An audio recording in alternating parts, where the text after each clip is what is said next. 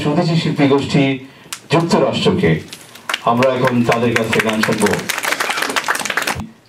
আগামী কত দশক পরে সেটি জানি না, কিন্তু আমরা চাই অবশ্যই আলাদাভাবে যেন কোনো অবস্থাতেই নারী দিবস পালন করতে আমাদের না হয়। আমরা মানুষ, সেই মানুষ হিসেবেই যেন আমাদের পরিচিতি অচিরেই প্রকাশ পায়, এই আহ্বান জানিয়ে আমরা গত মাসে ছিল 21, এই মাস স্বাধীনতার মাস, এবং আগামী মাস হচ্ছে আমাদের বছরের প্রথম মাস। আমি নারী আন্দোলনের গান সেটি আমি করব না, আমি বিশ্বাস করি না। আমরা সবাই একসঙ্গে আন্দোলন করব। আমি এই 3 মাসকে আমি ধরতে চাই, আমাকে সময় দিন। এই সুযোগ আমাদের বিশেষ করে আমার খুব কম হয় এই বাচ্চাদের সঙ্গে কাজ করতে। আমার সঙ্গে আছেন এদিকে সুধৃতা পাল সুলেখা, এই উদীচীর একজন অত্যন্ত নির্ভরযোগ্য কর্মী। এ হচ্ছে আমাদের দিব্য রায়। দিব্য রায়ের আমি এটি বলি আপনাদের, 2 থেকে 3 মিনিট সময় বেশি লাগবে আমার। এই দিব্য রায় উদীচী স্কুলে এসেছিল 4 ফুট 2 ইঞ্চি, আজকে সে 6 ফুট 2 ইঞ্চি। আজকে এর অর্থ হচ্ছে তার 1 যুগ কেটেছে উদীচী স্কুলে, এবং খুব ভালো গান করে। আর আমার ডান দিকে আছেন জয়ন্তী ভট্টাচার্য, খুব ভালো গান করেন। আছেন অনামিকা মজুমদার, সাবিনা হাই উর্বি, আর আমাদের নতুন প্রজন্ম থেকে বলবো দিকে আছে আমাদের সঙ্গীতা চক্রবর্তী, আছে আমাদের মিষ্টি, এবং আছেন মৌসুমী রহমান। আর আমাদের আর সদস্য কোথায়? যাই হোক, অনেকেই চলে গেছে। এই তবলায়, আচ্ছা তবলার কথা বলে নেই। তবলা সেই 2 ভাই, এ হচ্ছে দিব্য, এদিকে দীপ্ত। আমি এভাবে বলি যে উদীচীর তৈরি তবলা বাদক, আজকে 12 বছর খুব ভালো বাজায়। এবং এই 2 ছেলে, তার বাবা আজকে পিছনে আছে। উদীচী যাকে ছাড়া আমার পক্ষে উদীচী করা সম্ভব ছিল না, তুষার রায় পিছনে আছেন অনেক।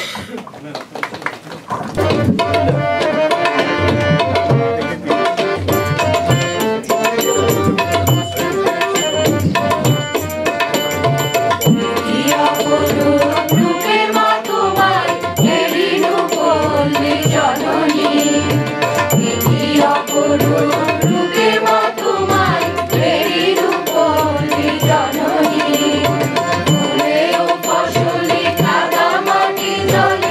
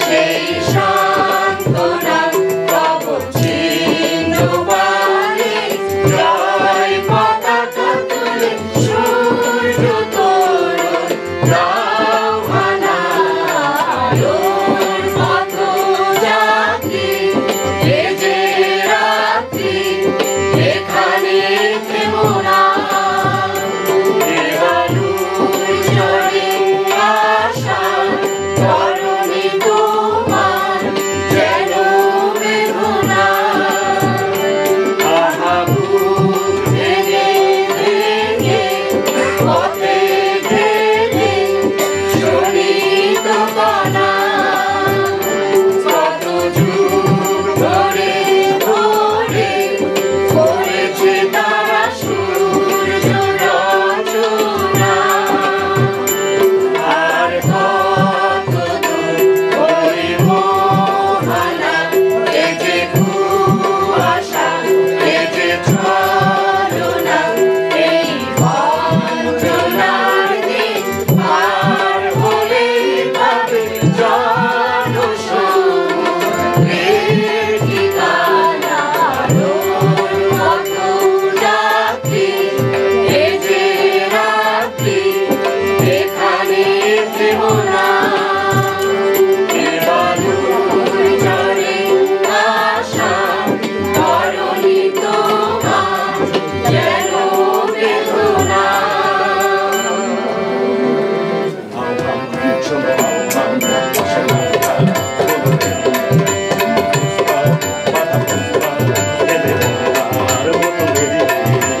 আহ্বান শোনো আহ্বান আসে মান মান অনুপ্রেরী স্তর বাধা প্রস্তর ছেলে কন্যার মতো বেরিয়ে আহ্বান শোনো আহ্বান আসে মান মান অনুপ্রেরী স্তর বাধা প্রস্তর ছেলে কন্যার মতো বেরিয়ে যুগ সঞ্চিত শক্তি নির্দেশনা জীবনের সূর্য সূর্যের ইশারা যুগ সঞ্চিত শক্তি নির্দেশনা জীবনের সূর্য সূর্যের ইশারা যাত্রা শুরু উজ্জ্বল চলে দুর্বার বেগে তটিনী উদ্দাম কালে উদ্দাম নাচে মুক্ত শত তটিনী যাত্রা শুরু উজ্জ্বল চলে দুর্বার বেগে তটিনী উদ্দাম কালে উদ্দাম নাচে মুক্ত শত তটিনী এ শুধু সত্য যে অবদানে জেগেছে প্রাণ সাজে সেজেছে অধিকার অর্জনে এ শুধু সত্য যে নবপ্রাণে জেগেছে প্রাণ সাজে সেজেছে অধিকার অর্জনে আহ্বান আহ্বান শোনো আহ্বান আসে মান খান অনুপ্রেরী স্তর বাধা প্রস্তর ছেলে কন্যার মতো বেরিয়ে আহ্বান শোনো আহ্বান শোনো আহ্বান শোনো আহ্বান শোনো আহ্বান শোনো আহ্বান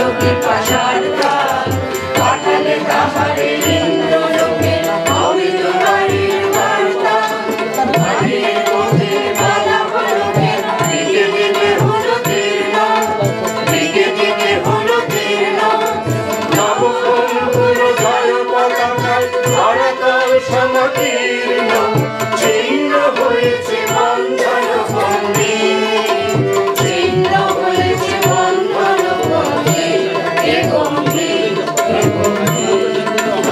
অঞ্জন ঘন পুঞ্জ ছায়ায় সমৃত অন্তর এ গম্ভীর অনুরক্তির কম্পিত কায় চঞ্চল অন্তর অনুরক্তির কম্পিত কায় চঞ্চল অন্তর সমৃত তার ঝিল্লির মন্দির সমৃত তার ঝিল্লির মন্দির এ গম্ভীর অঞ্জন ঘন পুঞ্জ ছায়ায় সমৃত অন্তর এ গম্ভীর অঞ্জন ঘন পুঞ্জ ছায়ায় সমৃত অন্তর এ গম্ভীর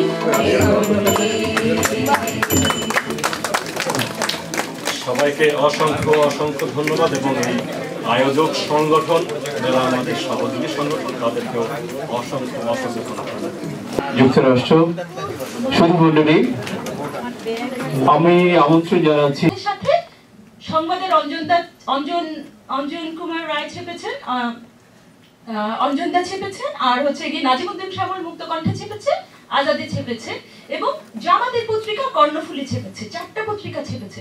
অপরাধ হয়ে গেছে আমার, কারো কিন্তু সমস্যা হয়নি, আমার সমস্যা হয়েছে। এবং প্রথম সারির একটি দৈনিক, সেই দৈনিকের একজন সাংবাদিক, তার খালু শ্বশুর এই জিয়াউল হক, যিনি মেয়েটাকে রেপ করে ফেলে দিয়েছিল, সে তখন প্রেস ক্লাব থেকে এবং তার পত্রিকা অফিস থেকে হুমকি দিল যে আমাকে ধর্ষণ কত প্রকার কি কি সেটা আমাকে দেখিয়ে দেবে।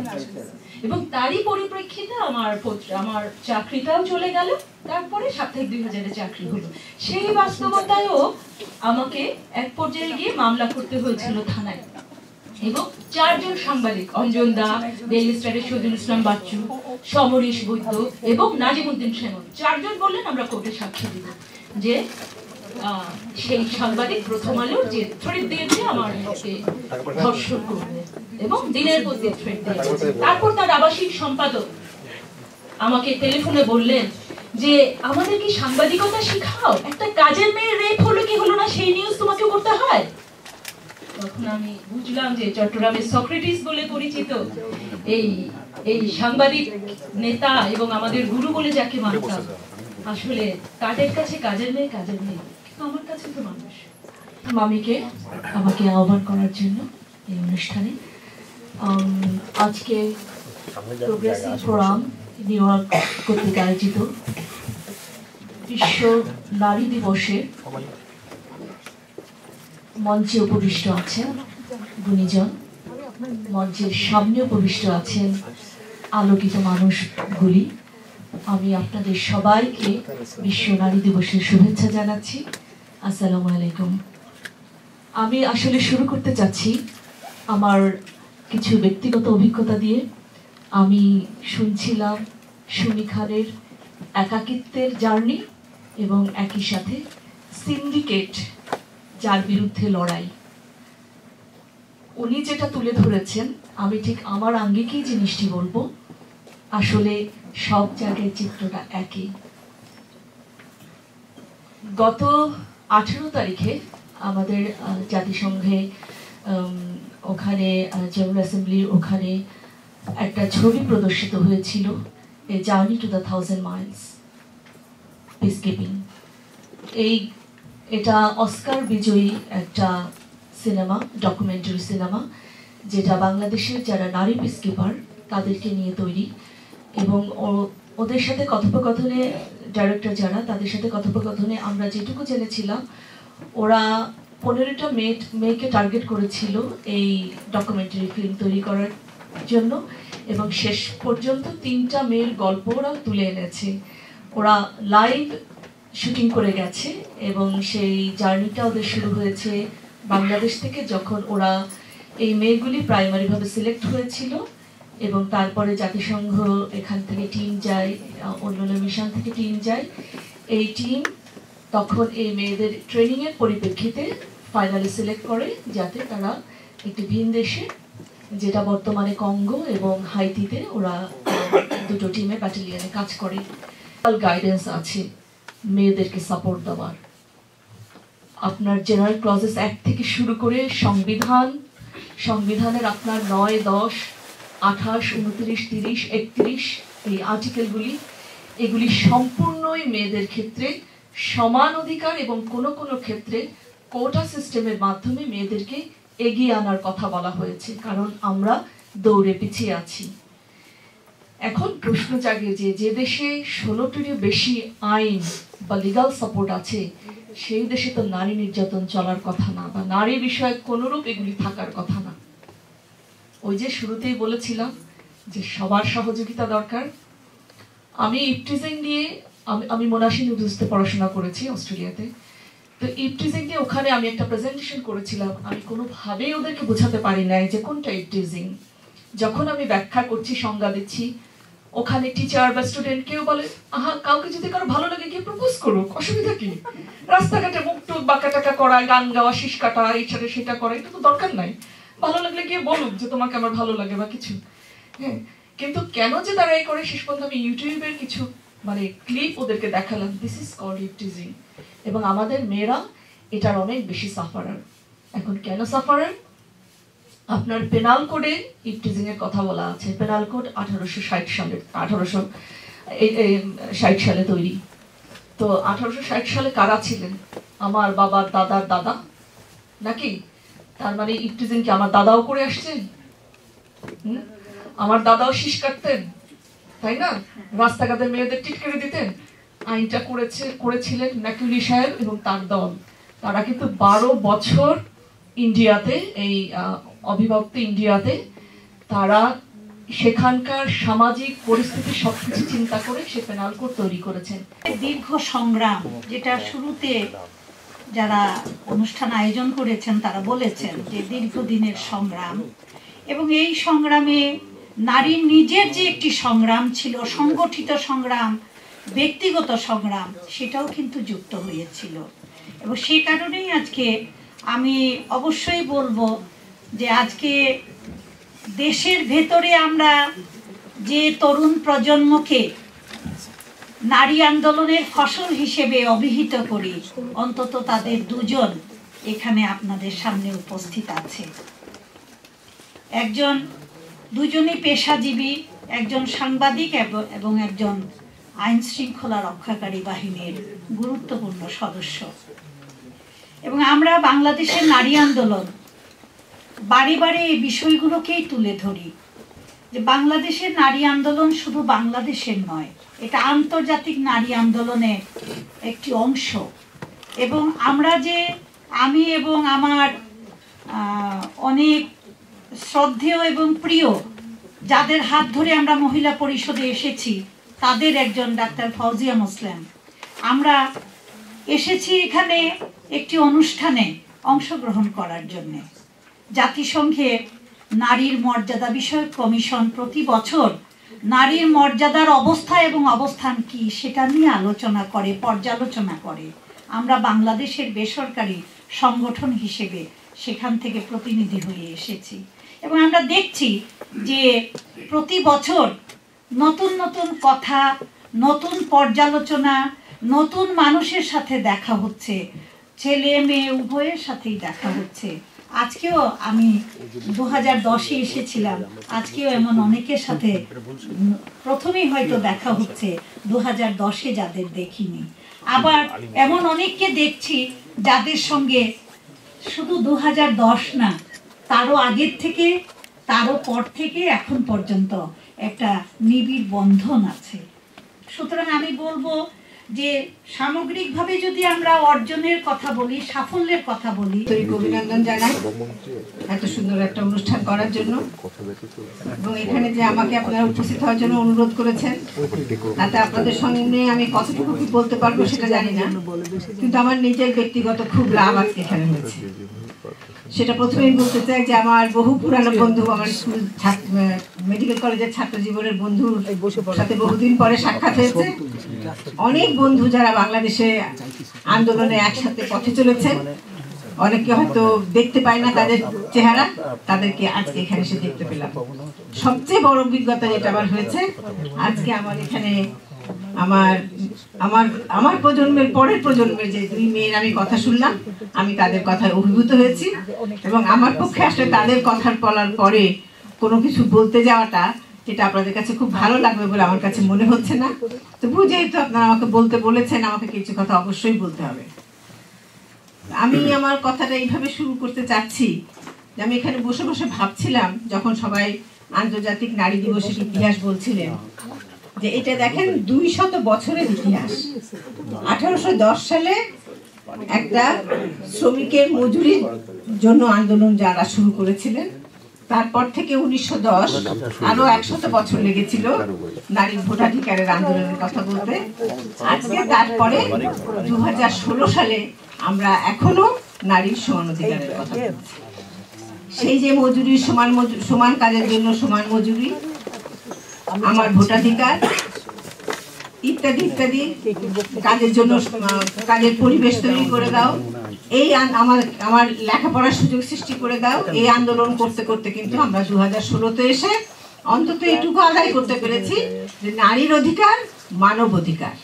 এই কথাটা শুধু নারীরা না, সমাজও আজকে ধাক্কা খেয়ে হোক, যেভাবেই হোক, মনের থেকে বলুক, যেভাবেই বলুক, বলছে কথাটা যে নারীর অধিকার মানব অধিকার। কাজে 200 বছর লেগেছে কিন্তু আমাদের এইটুকু যেতে। কাজে আমাদের আরো সমান অধিকার প্রতিষ্ঠা করতে কতটুকু লাগবে আমরা সেটা এখনো জানি না। আজকে আমরা শুনেছি, আপনারা শুনলেন যে আমরা এই সপ্তাহে এখনো চলছে মিটিং, এই মাসের 13 তারিখ থেকে নারী মর্যাদা বিষয়ক কমিশনের যে মিটিং হচ্ছে, এই মিটিংয়ে না, আগের মিটিংয়ে গ্রহণ করা হয়েছে যে প্রস্তাবটা, সেটা হচ্ছে জাতিসংঘ 2030 সালে এমন একটা পৃথিবী দেখতে চায় যেটা হবে প্ল্যানেট অফ 50-50, নারী পুরুষের সমান অংশীদারিত্বের একটা সমাজ, সমান অংশীদারিত্বের একটা গ্রহ, সেই রকম একটা গ্রহ ইউএন 2030 সালে দেখতে চায়।